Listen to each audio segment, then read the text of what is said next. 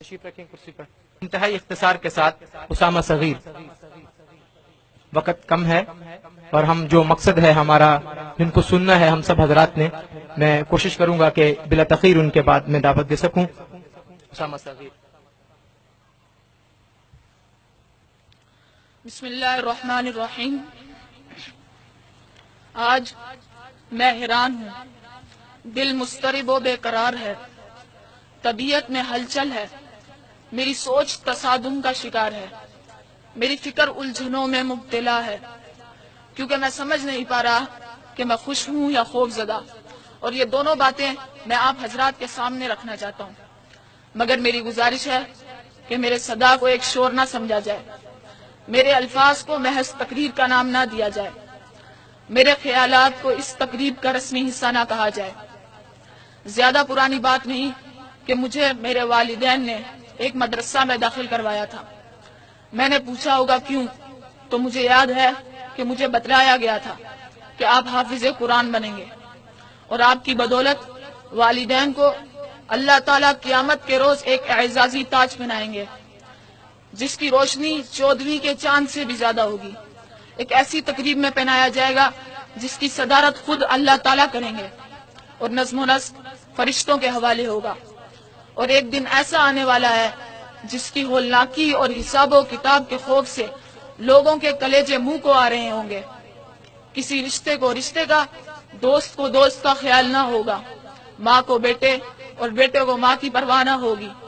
ایسے نفسا نفسی کے عالم میں ایک گوشہ میں ایک جماعت ہوگی جو ان تمام آفتوں سے محفوظ اور بے خبر ہوگی، اور خدا سے اس پروانے کی منتظر ہوگی کہ اب تو اس قرآن کو پڑھتا جا اور اپنی منزل پہ چڑھتا جا.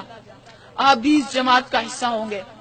مجھے یہ بھی بتایا گیا تھا کہ آپ 10 واجب النار لوگوں کے لیے سہارا بنیں گے.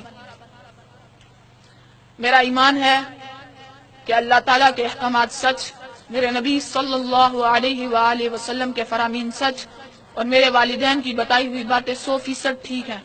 دعا ہے کہ اللہ تعالیٰ یہ تمام فضیلتیں مجھے، میرے والدین اور تمام حاضرین کو عطا فرمائے. آج جب میں الف لام میم سے لے کر والناس تک 30 پاروں کو اپنے اندر سمو چکا ہوں، تو اتنی بڑی خوشی اور اعزازات کے باوجود اپنے دل کے کسی گوشہ میں خوف بھی محسوس کر رہا ہوں. خوف اس بات کا کہ جب میں اپنے ہم عمروں میں بیٹھوں گا اور مجھے ان جیسی انگریزی بولنی نہیں آئے گی تو مجھے وقت ضائع کرنے کا طعنہ دیا جائے گا. خوف اس بات کا کہ جب میرے اسکول امتحانات میں خلاف توقع نمبر آئیں گے اور کہا لگا کر حافظوں کا مذاق اڑایا جائے گا. خوف اس بات کا کہ کسی فنکشن میں میرے سر پر ٹوپی اور ٹخنوں سے اوپر شلوار دیکھ کر مجھے پینڈو کہہ کر میرے لباس پر پھپتیاں کسی جائیں گی. خوف اس بات کا کہ پوری دنیا میں لاکھوں چوروں، ڈاکوؤں اور قاتلوں میں سے اگر کوئی داڑھی والا نکل آیا تو اس کا طعنہ بھی مجھے دیا جائے گا. اپنے دل کو ذرا اور ٹٹولوں تو ایک غصہ میں غم بھی ہے جو مسلسل بڑھ رہا ہے اور دیمک کی طرح میری خوشیوں کو کھوکھلا کیے جا رہا ہے. غم یہ ہے کہ آج سے میرا شمار ان لوگوں میں ہونے لگے گا جسے پاکستان کا ہر بڑا چھوٹا، ان پڑھ، جاہل، دقیانوس، قدامت پسند، رجعت پسند، شدت پسند، انتہا پسند، تفرقہ باز جیسے بدبودار الفاظ بڑی آسانی سے کہہ ڈالتا ہے. دل کے چھوٹے سے لوتھڑے میں جہاں ایک گوشے میں خوف ہی خوف ہو اور دوسرے گوشے میں غم منڈلا رہا ہو، وہ خوشیوں کا بسیرا کیسے ہوگا؟ میں نے جب بھی خوش ہونا چاہا تو خوف اور غم نے میری مسکراہٹوں کو اجاڑ کر رکھ دیا. کیونکہ نام نہاد روشن خیال طبقہ جو رزق کی فراوانی یا پھر ذاتی دلچسپی کے باعث روزانہ الیکٹرانک میڈیا سے مستفید ہو کر اپنے علم میں اضافے کے ساتھ ساتھ ان کی معلومات پر یقین محکم بھی رکھتا ہے، ان کی نظر کرم میں صرف دہشت گرد ہی نہیں بلکہ تمام موجودہ ملکی مسائل اور ترقی کی راہ میں رکاوٹ میں اور میرے ہم نوا ہیں.